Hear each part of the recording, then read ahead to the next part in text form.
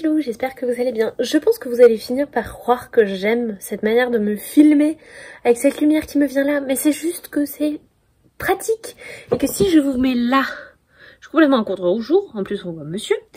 Si je me mets là, par contre, j'ai vraiment la lumière dans la face. Est-ce que c'est mieux? On va faire comme ça. Bienvenue dans ce nouveau vlog du mois de mars, j'espère que vous allez bien. Je sais que ce début de vlog, il n'y a pas eu beaucoup de passages parlés, tout simplement parce que je n'ai pas pris le temps du tout de le faire. J'en suis vraiment désolée, mais voilà. On est aujourd'hui le lundi 6 mars et je vous fais un petit point de mes lectures en ce début de mois pour vous mettre un petit peu dans l'ambiance de ce mois où j'ai trop envie de lire, surtout que en fait, j'adore participer au Cold Winter Challenge et au Pumpkin Autumn Challenge, mais franchement, la délivrance de cette pile à lire que je me suis concoctée et que j'essaye de suivre au moment du début du mois de mars, et bah j'avoue que j'aime bien, parce que ça a un côté un peu c'est bon, je fais ce que je veux. Bon, en vrai, j'essaye de prioriser les services de presse ou les suites de saga, etc. Mais psychologiquement, il y a un truc qui me dit tu peux faire ce que tu veux et lire ce que tu veux et ça me fait du bien. Bref, assez blablaté sur ce sujet un petit peu inutile. Aujourd'hui, je vais vous faire un petit point donc sur ma première lecture terminée du mois de mars, puisque ce samedi, j'ai terminé Le Fracas et le Silence de Cory Anderson. C'est publié chez Pocket Jeunesse. Ce roman, je l'avais acheté pas en 2022 mais en 2021 à Montreuil, en me disant je veux trop le lire pour le Cold Winter Challenge parce qu'il a l'air glaçant, il a l'air extra. Et je l'ai pas lu l'année dernière, mais je l'ai quand même sorti de ma palle cette année et c'est vrai, l'ambiance elle est frigorifique, elle est glaciale, elle est tranchante, mais comme de la glace, comme de l'acier, c'est... On a le cœur qui est pris en étau entre deux glaçons. Bref, c'est assez spécial comme ambiance et honnêtement, comme je lis très peu de thrillers ou de policiers, moi j'ai rarement ce genre d'ambiance. En plus, au-delà de cet effet où tout est très froid, on est entouré de neige, etc. Au-delà de ça, il y a aussi le côté c'est terrifiant et plein de tension. Puisqu'ici, on va suivre Jack, qui est le fils d'un mec qui a braqué un magasin, je crois, ou une banque, je sais plus, qui est donc en prison. Il a un petit frère qui s'appelle Matty, et un jour, il rentre de l'école et sa mère s'est suicidée, et en fait, il va essayer de s'en sortir sans que son frère ne lui soit arraché. Et il va se retrouver à se frotter à ce monde dans lequel son père a été, et qui est extrêmement dangereux, qui est plein de personnes très mal intentionnées, et qui n'en ont rien à faire que ce soit des enfants qu'il y a face à eux. Et puis il y a Ava qui vient d'arriver dans son école, qui a envie de les aider et qui est aussi la fille d'un gros trafiquant de drogue qui a notamment braqué la même banque que le père de Jack, sauf que lui s'en est échappé et il n'a qu'une envie, c'est de retrouver le butin que le père de Jack a caché. Et il est sans pitié. Et c'est cette histoire, et dès le début les choses elles sont calées. Et dès le début, il y a cette tension qui nous prend et qui ne va plus nous lâcher tout le long de ce roman. Honnêtement, j'ai trouvé ça magistral. J'ai du mal à vous dire que c'est un coup de cœur, même si ça a été une excellente lecture, parce que je n'arrive pas à savoir si j'ai réellement aimé le talent avec lequel l'auteur a défini toute cette ambiance, toute cette histoire, comment il a utilisé... ces personnages aussi, à la fois sans cœur et en même temps il y a toujours cette petite lumière avec Matty qui est absolument adorable. Enfin vraiment j'ai du mal à savoir si je peux dire que j'ai aimé ça alors que ce livre m'a fait du mal. Je trouve qu'il blesse le lecteur et il le laisse avec le cœur en miettes, complètement fracassé au sol, à ne plus savoir que faire de sa vie. Et du coup, est-ce que vraiment j'ai aimé ça? Je ne sais pas. Par contre, c'est clair que c'est pas une lecture qui laisse indifférent. C'est une lecture qui secoue beaucoup, qui pose beaucoup de questions parce qu'en fait, il y a plein de choses qui ne sont pas juste des inventions. Il y a des choses qui sont ancrées dans la réalité. C'est un roman contemporain dans lequel on a un peu peur aussi que ce genre de choses arrivent, et alors qu'on sait pertinemment aussi que c'est des choses qui arrivent. Et vraiment ça a été une sacrée lecture de laquelle je ne suis pas sortie indemne. J'espère que j'ai été assez claire dans mon explication, mais voilà, je suis un peu dans un entre-deux. C'est un bouquin qui m'a marqué à vie, très clairement. Est-ce que Est-ce que je peux dire que c'est un coup de cœur? Pour l'instant, j'en sais rien. Peut-être que dans une semaine, quelques jours, plusieurs mois, je pourrais mieux vous le dire. Mais pour l'instant, j'ai du mal vraiment à le réaliser. En tout cas, c'était une sacrée lecture.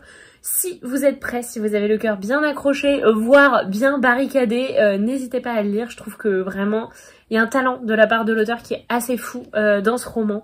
Donc vraiment, sacrée lecture. Et puis, comme je passais un week-end ailleurs et que je prenais le train, je sais pas, j'avais une semaine chargée et du coup je suis allée à la librairie et j'ai dit à ma libraire, voilà, je pars en week-end, j'ai 4 heures de train, qu'est-ce que je peux lire, qu'est-ce que vous me conseillez, un truc plutôt léger parce que après le fracas et le silence, voilà. Et elle m'a conseillé Le Voyant des Tempes d'Abel Quentin. C'est publié chez J'ai lu et ça raconte l'histoire d'un monsieur qui va écrire quelque chose qui a été militant quand il était jeune, mais bon là il a un peu vieilli. Et quand il va écrire le livre, c'est pas vraiment un roman, mais quand il va écrire son livre, la critique va le défoncer, tout simplement. Et la copine notamment de sa fille va aussi le descendre. Parce que c'est un vieux facho, machin, alors que c'est quelqu'un qui a été à SOS Racisme dans sa jeunesse, qui était extrêmement militant, donc il se pose la question de pourquoi, comment on peut passer de ça à ça. C'est tout ce que j'ai compris du résumé de ma libraire. Écoutez, pour l'instant ça m'intrigue. C'est plein de références sur le militantisme des années 80 que je ne comprends pas toujours, mais je trouve ça intéressant. C'est un livre vers lequel jamais je ne me serais retournée. Et du coup je suis assez curieuse à la lecture de ces pages. Donc écoutez, j'espère vous en redire des nouvelles assez rapidement. C'était tout ce que je voulais vous dire pour le moment. J'espère vraiment que ce mois de mars, enfin ce petit vlog de mars vous plaira, surtout que j'ai plein de trucs à faire et des trucs un peu livresques, notamment ce samedi. Il y a une chasse aux livres organisée par Audrey à laquelle je voudrais bien me rendre. Donc on va voir ce que ça va donner. Sur ce mes petits loups, je pense que je vous ai un petit peu tout dit pour le moment. Cette introduction est un petit peu longue. Je vais aller bouquiner très rapido et aller à mon cours de salsa. Je vous fais des gros bisous et je vous souhaite de profiter de la suite de ce vlog. Est-ce qu'il y en a parmi vous qui sont déjà venus à la soirée sur demande?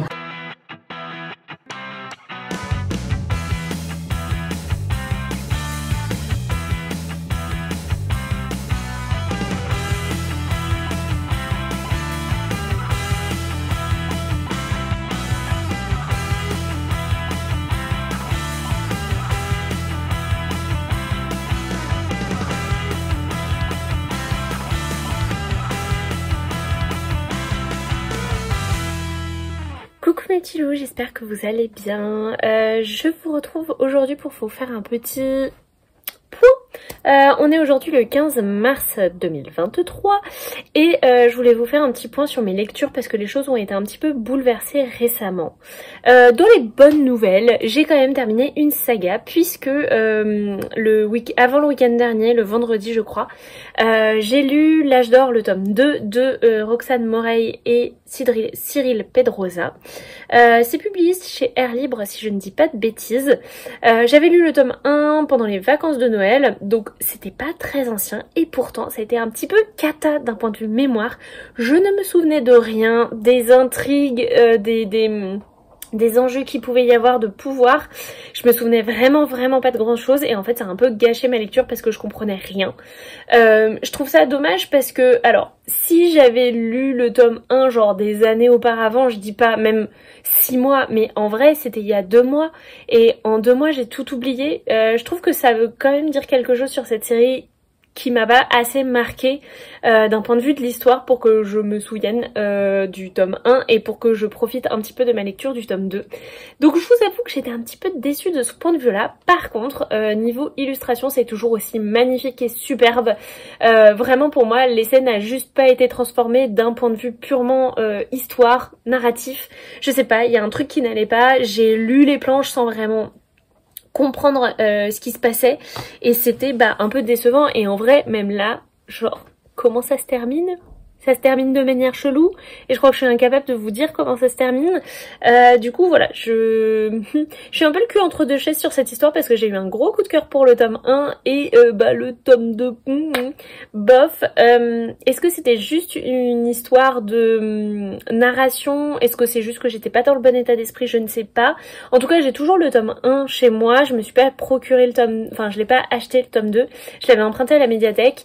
Ce que je ferais peut-être un jour c'est relire le tome 1, emprunter le tome 2 et le lire dans la foulée pour vraiment me souvenir de tout et voir si est-ce que vraiment j'aime cette saga. Bah pour l'instant du coup c'est un peu compliqué, genre c'est un espèce de mif mouf, genre j'ai adoré le tome 1 mais le tome 2 voilà, mais je sais pas trop à quoi c'est dû donc je vous en dis pas plus, mais en tout cas d'un point de vue des dessins c'est une merveille, ça y a pas à dire. Ensuite, je crois que je vous en avais parlé, j'avais acheté sur les conseils de ma libraire Le Voyant des Tempes de Abel Quentin, publié chez J'ai lu.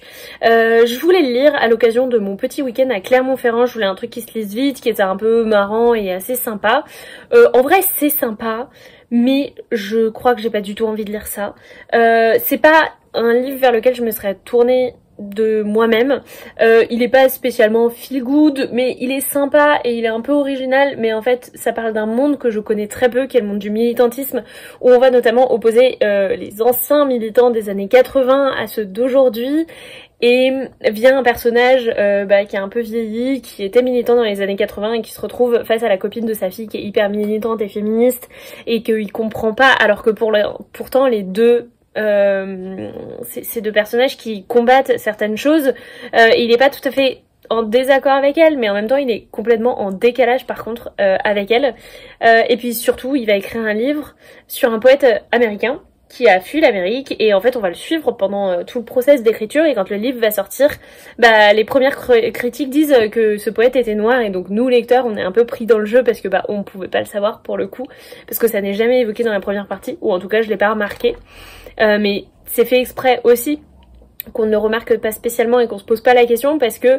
du coup ça va être tout l'enjeu de ce monsieur qui est le héros de notre histoire, qui écrit ce livre sur un mec qui était noir, et il l'évoque à peine comme si c'était un détail insignifiant, et pour beaucoup ça ne l'est pas, et en même temps qui peut le dire mieux que la personne, le poète qui décrit, mais en même temps il est mort, donc voilà, on est un peu dans tout cet univers, c'est pas inintéressant, je trouve qu'il y a de bonnes choses et ça se lit vraiment relativement facilement. Les chapitres sont courts, voilà, j'ai pas grand chose de méchant à dire sur ce livre, mais j'en suis pas tout à fait à la moitié et clairement c'était pas ce que je voulais lire. C'était pas ce dont j'avais envie, donc je l'ai mis en pause parce que j'ai besoin de me refaire un petit peu. Émotionnellement en ce moment je suis pas de la plus grande stabilité parce qu'il y a beaucoup de fatigue, beaucoup de projets en même temps, à la fois professionnels et personnels, qui font que voilà, je suis fatiguée, je fais beaucoup de choses, beaucoup trop sans doute, mais je n'arrive pas à m'arrêter en ce moment, à me poser un petit peu. Je pense que j'ai beaucoup besoin de repos, mais j'essaye de le caser et je travaille là-dessus, donc ne vous en faites pas, ça va aller. Mais clairement c'était pas le moment pour moi de lire ce livre, donc il est mis en pause. Et je me suis tournée vers une valeur refuge, que ça me trotte dans la tête très régulièrement de les relire, mais j'essaye de le faire pas trop souvent parce que je veux pouvoir les relire toute ma vie en fait, et donc je me suis lancée dans ma 3e relecture, ou 4e. Non, c'est ma 4e relecture d'Harry Potter, voilà, de J.K. Rowling, publié chez Gallimard Jeunesse. Dans ça, c'est l'édition de mon enfance, voyez-vous. Alors oui, aujourd'hui, il y a des titres hyper beaux, mais ça, c'est l'édition de mon enfance que je peux emmener partout et que je peux détruire parce que je m'en fiche, parce que c'est... Enfin, je vais pas la détruire, mais... elle est déjà abîmée, genre toute ma famille a lu Harry Potter dans cette édition, donc très clairement, je suis pas la première.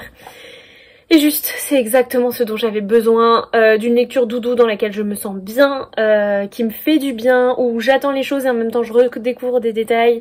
Et ouais, c'est exactement ça qu'il me fallait et je suis trop contente d'avoir repris ma lecture de Harry Potter à l'école des sorciers. Voilà, j'avais trop envie de vous le dire. Vraiment, je sens que ça va aller, je vais le lire. En plus, je m'étais pas rendu compte à quel point il était tout petit. Il fait quoi? Il fait même à peine 300 pages. J'en suis déjà à la page 135, autant vous dire que ça va être lu très très vite. En plus là, ce soir je peux me poser pour une fois. Et donc je pense que je vais peut-être délaisser cette version pour lire ma version illustrée, hein. Autant en profiter, elle est là, elle existe, elle est belle. Donc je pense que je vais faire ça.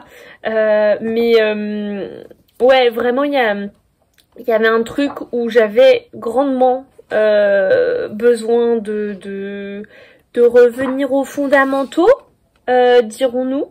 Et Harry Potter, voilà, c'était la bonne lecture du moment pour moi. Du coup, pas de pression, voilà, j'ai plus de piles à lire. Ok, j'ai des services de presse qu'il faudrait que je lise, mais je préfère les lire dans un bon mood parce que ça sert à rien de les lire à un moment où ça ne va pas et du coup je les mets en pause ou finalement je les aime pas alors qu'ils auraient pu me plaire.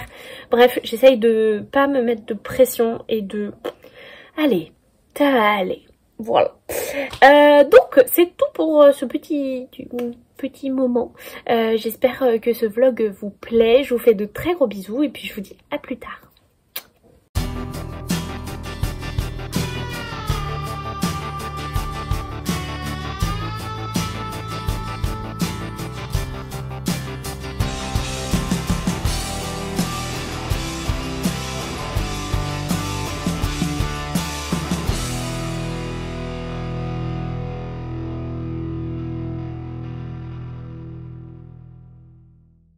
Coucou les petits loups, j'espère que vous allez bien. Je vous retrouve aujourd'hui, on est le lundi 20 mars et avant de commencer ma journée de télétravail, je voulais vous faire un petit point sur mes lectures parce que j'ai eu un week-end chargé certes, mais en même temps j'ai eu le temps de lire et comme eh bien j'étais dans Harry Potter, disons que ça se lit plutôt vite, ce qui fait que j'ai déjà entamé le tome 2. Qui avance bien. J'avais oublié à quel point la lecture de Harry Potter est fluide, je me laisse complètement porter et emporter par cet univers, je redécouvre certains détails que j'avais peut-être oubliés. Je vois à quel point l'univers fourmille de choses, de personnages, d'objets un petit peu incongrus. Bref, j'adore absolument ma relecture d'Harry Potter et si vous saviez à quel point elle me fait du bien moralement, je veux dire, c'est vraiment la lecture doudou par excellence et je passe un super moment. Bref, mais avant de commencer le tome 2, je me suis quand même lu un petit jeunesse que j'ai trouvé absolument magnifique et que j'avais envie de vous présenter. Il s'agit de La Maison des mots perdus de Koshka, c'est publié chez Flammarion Jeunesse et déjà prenez le temps d'admirer cette sublime couverture. Dans cette histoire on va suivre Ravi qui est le fils de Asha et Étienne Perrier je crois. Son père est un fameux médecin qui passe énormément de temps à l'étranger pour des conférences ou pour sauver des personnes de par le monde. Donc du coup il se retrouve très souvent avec sa mère qui ne parle pas, elle chante. Mais elle ne parle pas, elle ne lui a d'ailleurs jamais appris sa langue qui est le bengali. Il vit dans un petit village français où tout le monde se connaît et où tout le monde est assez attentif à lui et aux autres. C'est vraiment un petit univers, un petit cocon hyper mignon, mais dans ce cocon, l'année de ses 10 ans, il va découvrir un petit peu son passé. Je vous en dis pas plus parce que vous l'avez vu, il est hyper court et sinon je risquerais de vous spoiler. Mais j'ai passé un très très bon moment de lecture, ça se lit très très vite. C'est beau, c'est très poétique. Je trouve que Koshka, elle a ce don pour faire parler de choses quand même difficiles parce que dans le passé de Ravi et notamment dans celui d'Asha, il n'y a pas que des choses faciles. Vraiment, sachez-le. Après, c'est pas du tout représenté de manière, comment dire, violente. Loin de là, on esquisse des termes, on esquisse des mots. Donc c'est vraiment pas... une lecture difficile, au contraire c'est une lecture qui est extrêmement lumineuse, qui parle d'amour, qui parle de pardon, qui parle de grandir, de vraiment beaucoup de choses. Tous les personnages sont trop kikou, voilà, c'est juste ce genre de petit roman jeunesse qui fait du bien, qui donne de l'espoir, qui donne de la lumière et que je ne peux que vous recommander, que ce soit pour vous mais aussi pour les plus jeunes. Vraiment Koshka, j'ai lu 2 autres de ses livres. Il y avait La Petite Loon qui était absolument mignon mais comme pas permis, alors qu'on parlait de l'autisme je crois. J'ai lu Frères d'exil aussi qui était un très très beau roman sur l'exil climatique. Bref, vraiment lisez les livres de Koshka et lisez-les à vos enfants, à vos cousins, à vos neveux, à tous les enfants parce qu'ils font du bien, ils font du bien à l'âme et bah, c'est à souligner. Voilà mes petits loups, c'était mes 2 lectures du moment. Maintenant je vais partir dans ma journée de télétravail. J'espère que vous ça va, que ce vlog se passe bien. Je vous fais de gros bisous et je vous dis à plus tard.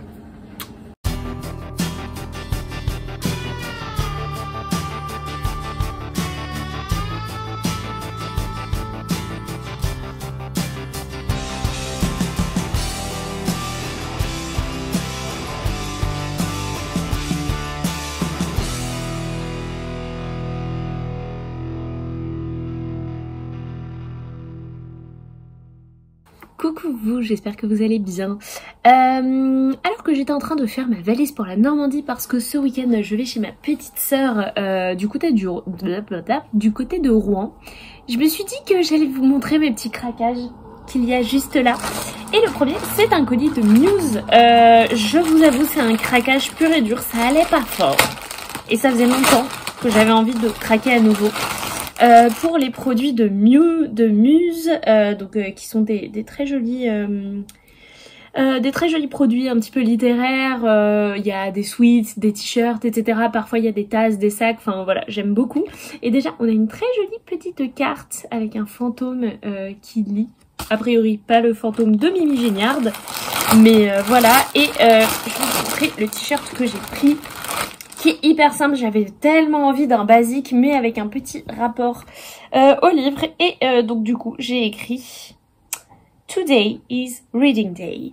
Et en plus c'est une version couture, enfin brodée. Moi ça m'importait beaucoup parce que j'ai toujours peur que les images, quand c'est imprimé dessus, ça se détériore. Et du coup il est trop bien, c'est un t-shirt noir tout bête, mais je sens que ça va être mon chouchou, mon favori de ces prochains jours. Donc je suis trop contente. Et pour le reste... c'est pas un petit craquage, mais en fait, je vous explique quand même le truc. C'est que je me souvenais plus, mais quand j'étais partie, on m'a offert, de chez Steinkiss, on m'avait offert une carte cadeau. Et je voulais m'offrir l'album, enfin la version illustrée de À la croisée des mondes, les royaumes du Nord. Et en fait, là où je suis allée, il l'avait pas, bref. Donc je suis allée dans une autre Fnac. Non, il l'avait pas. Je suis allée dans une autre Fnac et en fait, j'ai un peu craqué parce qu'il les avait et que j'avais trop peur de ne pas les trouver parce que c'est les éditions reliées qui sont magnifiques et j'ai hésité pendant 1000 ans, mais franchement je regrette rien parce que c'est des objets livres absolument magnifiques et canonissimes.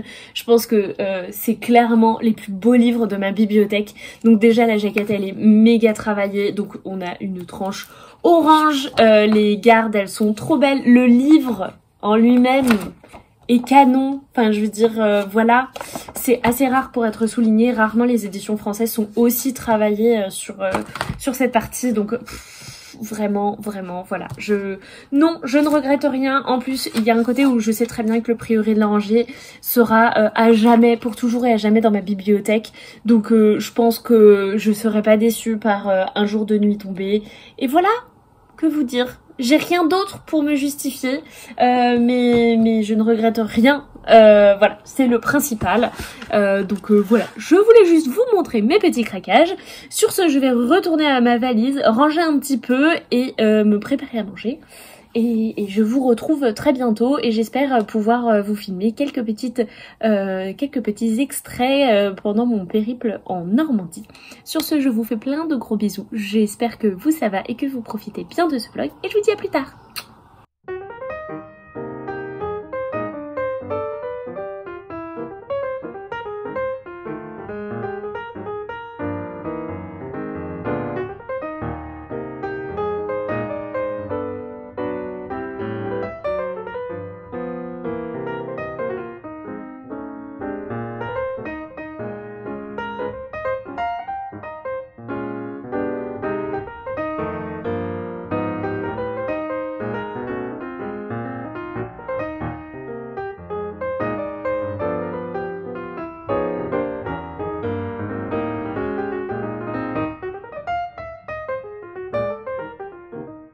Coucou les petits loups, je vous retrouve pas du tout face cam et avec mon grand bordel pour vous montrer parce que j'ai changé de bullet journal et du coup je voulais vous montrer un petit peu ça.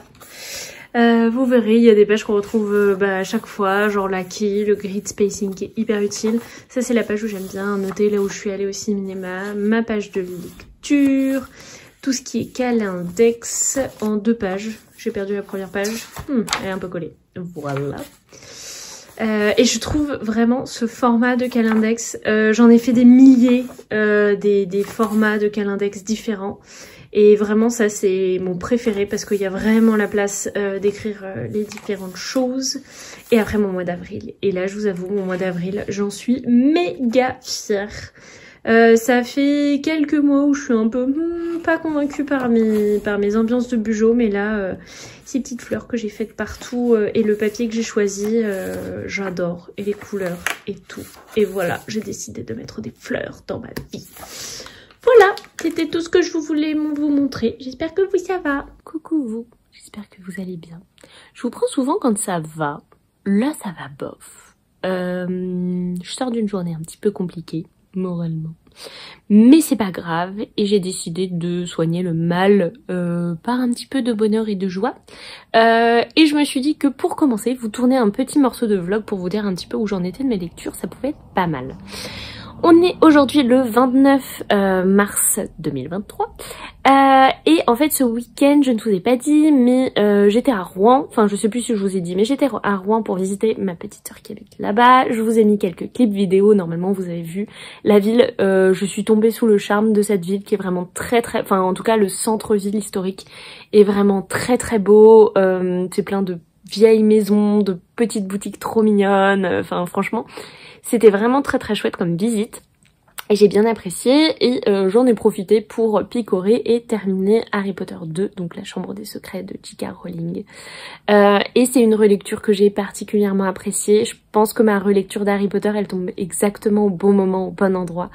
J'en avais besoin, elle me fait un bien fou et elle me permet, entre chaque tome, d'avancer aussi vachement plus dans mes lectures, de me replonger vraiment dans ce que j'aime dans les lectures, c'est-à-dire me retrouver dans des univers qui sont complètement différents. Je me retrouve vraiment transportée dans mes lectures et ça me fait du bien, même si c'est Harry Potter, même si je connais les films par cœur, même si je connais très bien l'intrigue, je retrouve quand même des petites choses par-ci par-là que j'avais oubliées et ça me fait le plus grand bien.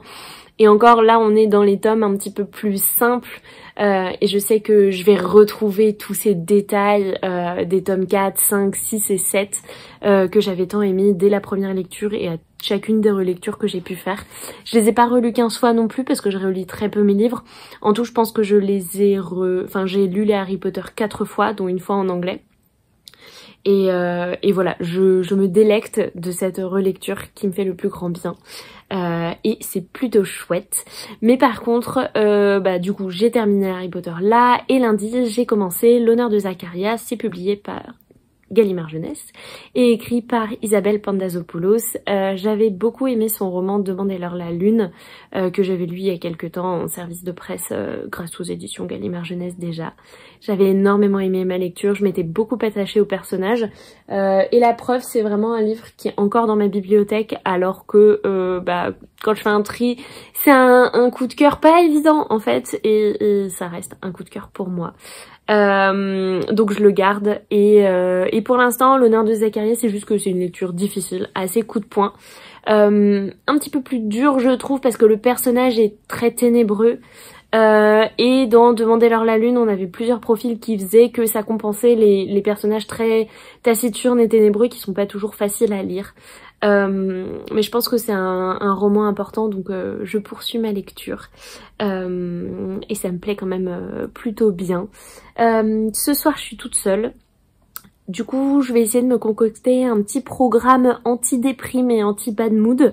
Là je viens de voir, c'est con hein, mais des fois c'est très con la vie. Bon je suis fatiguée donc globalement je vais me coucher tôt. Mais il est quand même 19h, donc je vais pas me coucher à 19h. Et je me dis, en vrai, j'ai 2-3 trucs à faire. Et ensuite, je vais me faire à manger. Je vais me faire un bon repas. J'ai repéré une petite recette de penne, alors au basilic, mais moi je vais les faire aux pousses d'épinards. Mais bref, on s'en fout. Et je pense que je vais regarder Anastasia. Voilà, j'ai très envie de revoir Anastasia. Il faut que je vois s'il est disponible sur Disney+, mais j'espère. Parce que j'ai vu un TikTok qui utilisait les chansons d'Anastasia pour voir à quel point et à quel niveau on en était. Et je suis à un niveau assez élevé, je m'en rends compte. Et tout à coup, j'ai eu envie de le revoir.